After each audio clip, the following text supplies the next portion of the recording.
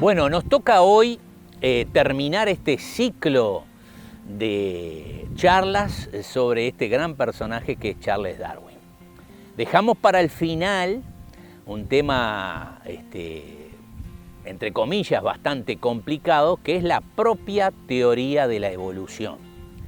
Teoría que fue elaborada por Charles Darwin después de ese gran recorrido que hizo a lo largo de todo el mundo en el barco que se llamaba Beagle. El contexto de la época, él demora, después que llega a Inglaterra, él demora 20 años en escribir esta famosa teoría. La publica en 1859, en el mes de noviembre, y él demoró 20 años en publicarla porque, bueno, tenía muchas razones, entre ellas la sensación que iba a causar con el enfrentamiento con la religión. No se olviden que en ese momento reinaba el fijismo, es decir, que las especies no cambiaban, que era inmutable, el creacionismo, que decía que todo lo había creado Dios, y él iba contra todas esas premisas, y eso le hacía que él tuviera mucho miedo en publicar esto. Finalmente lo publica y trataremos de explicar cómo funciona. Ahora, él no es que se le ocurrió de repente, sino que tuvo el viaje, él leía mucho, se basó en otros autores como Saint-Hilaire, como Cuvier y finalmente Lamarck, que publicó otra teoría sobre la evolución. En concreto, la evolución la podemos explicar, o la teoría de la evolución la podemos explicar en forma sencilla con un ejemplo. Situémonos en Inglaterra, en la época de la Revolución Industrial, donde se utilizaba mucho carbón, donde todo quedaba tiznado de negro, existiendo allí una población de polillas, donde hay variabilidad en su color. Hay polillas blancas y hay polillas negras. Estas polillas son comidas por aves y resulta que las polillas negras se pueden camuflar con el tizne que existía que existían las chimeneas debido a la combustión que se utilizaba para generar calor, que era el carbón. Entonces determinaba que las polillas blancas fueran mucho más visibles por las aves y las aves se alimentaran de las polillas blancas y de esa manera sobrevivieran mucho más las polillas negras, que eran capaces de camuflarse por el color. Estas a su vez dejaban descendencia y determinaba que comenzaran a predominar las polillas negras, que tenían esa característica de poder camuflarse con el color. Así funciona la teoría de la evolución, y funciona, que es lo importante, y eso es el gran hallazgo de Darwin, por un mecanismo que es la selección natural. Esa selección hace que bajen las polillas blancas, su cantidad, su predominancia, y predominen las negras. Eso, sumado a cambios aleatorios, es decir, por el azar de los genes, de la combinación génica, que se llaman mutaciones, la selección y las mutaciones dan origen a esa población, que ocurriendo ese mecanismo se puede diferenciar gradualmente de la población que partió hasta generar nuevas especies. Y eso se llama la especiación. Ahora, para que se dé el mecanismo de la teoría de la evolución, tienen que ocurrir ciertas cosas. Es imprescindible, en primer término, que haya variabilidad, que haya polillas blancas, que haya polillas negras, que haya ratones colorados, que haya ratones pardos, es decir, que exista variabilidad genética. Segunda condición, tiene que haber reproducción sexual. La reproducción sexual es la que permite que haya recombinación génica y se generen nuevos y distintos individuos. Esa es la segunda condición. La tercera condición es que se generen más individuos de lo que es necesario. Es decir, que se puedan perder determinados individuos y que haya una selección. Esas son algunas de las características. Se suma el hecho de que también es importante que los rasgos que tiene esa población que se va generando entre comillas como nueva, los rasgos lo puedan heredar sus hijos, es decir, que esas características sean heredables. Y finalmente, que haya una lucha por la supervivencia. Este mecanismo de la lucha por la supervivencia, es decir, que haya competencia, se le ocurrió después de leer un ensayo poblacional de un presbítero que se llamaba Malthus, que él mencionaba que la población crecía en términos geométricos, es decir, 2, 4, 8, 16, mientras que la comida crecía en términos aritméticos, 1, 2, 3, 4. Y a la larga iba a haber una lucha de supervivencia por dicha comida. Y ahí es donde a Darwin se le ocurre el mecanismo de la selección natural, que es lo que explica la teoría de la evolución. Entonces, ¿qué es lo que quiere decir? Y muchas veces hay algo equivocado en lo que la gente puede entender o comprender. Hablando del ser humano, siempre se dice que descendemos de los monos o descendemos de los primates.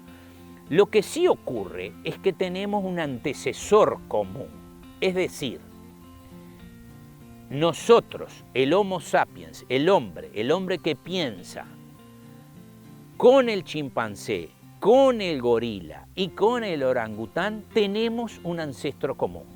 No es que el chimpancé dentro de unos años va a evolucionar y se va a transformar en el hombre. Tenemos un ancestro a la cortita con el chimpancé. Por esto compartimos un 98, un 99% de nuestro material genético con el chimpancé.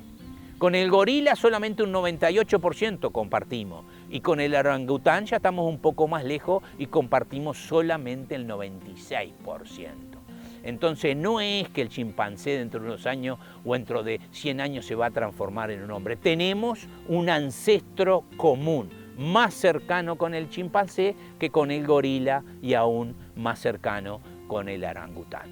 Por eso Darwin, en su libro de anotaciones, diagramó el famoso árbol de la vida. Es un árbol que parte de un tronco común, se van generando ramas y ramitas en donde algunas se van muriendo, van secándose, que son las especies que se extinguen, y bueno, y finalmente se va abriendo cada vez más esas ramas. Tenemos un ancestro común, y supuestamente partimos de alguien que fue común a todos.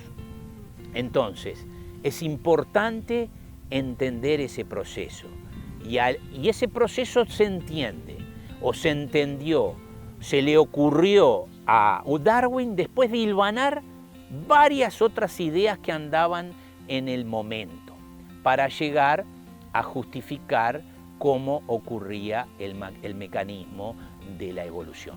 Es un mecanismo que se estudió por anatomía comparada, es decir, haciendo comparación entre diferentes especies, estudiando los fósiles, estudiando las islas. Las islas son lugares estratégicos donde promocionan o favorecen la evolución.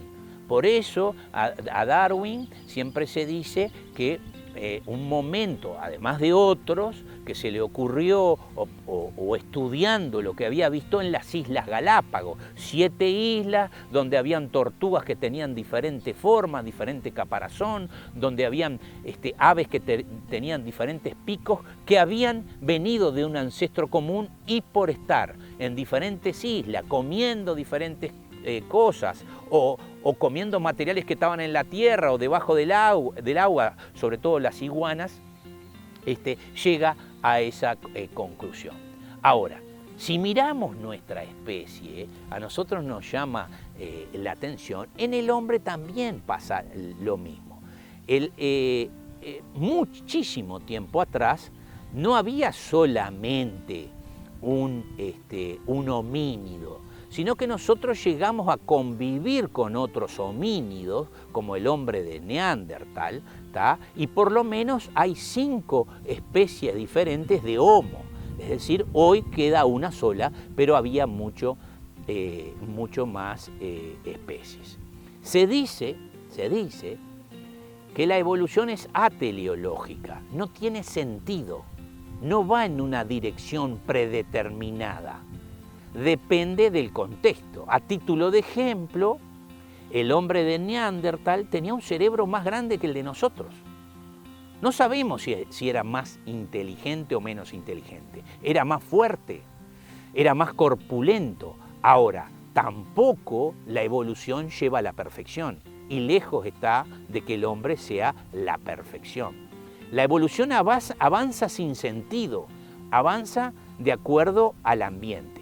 Hoy sabemos, y Darwin tuvo la brillantez de poder hilvanar todas estas cosas. Ahora, una vez que salió la teoría de la evolución, al otro año, en junio de 1860, se dio un famoso debate después de haber presentado una persona un artículo donde se refería a cosas de Darwin. En ese debate que fue dado en el Salón de Historia Natural de la Universidad de Oxford, había mucha gente participando en ese debate donde se iba a debatir ciencia.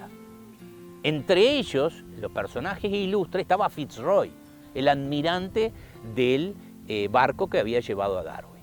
Ahora, los personajes que se destacan son 2.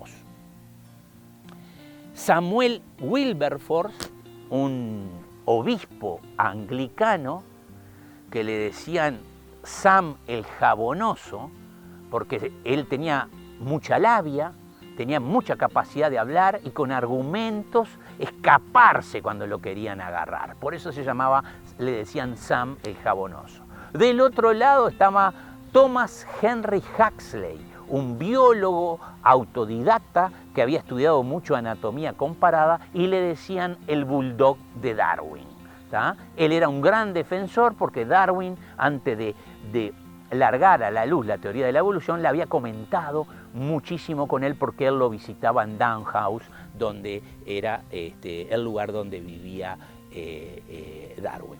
Lo cierto que ese debate nunca fue transcripto, no se sabe en realidad qué tanto de cierto es, pero siempre hubo una creencia que se dijo que Sam, el Jabonoso, le dijo a Huxley, ya que descendemos de los monos, dígame si usted desciende del mono por parte de madre o de padre. A lo cual Huxley le dijo, prefiero descender de un simio y no de una persona que está obstaculizando el avance de la ciencia.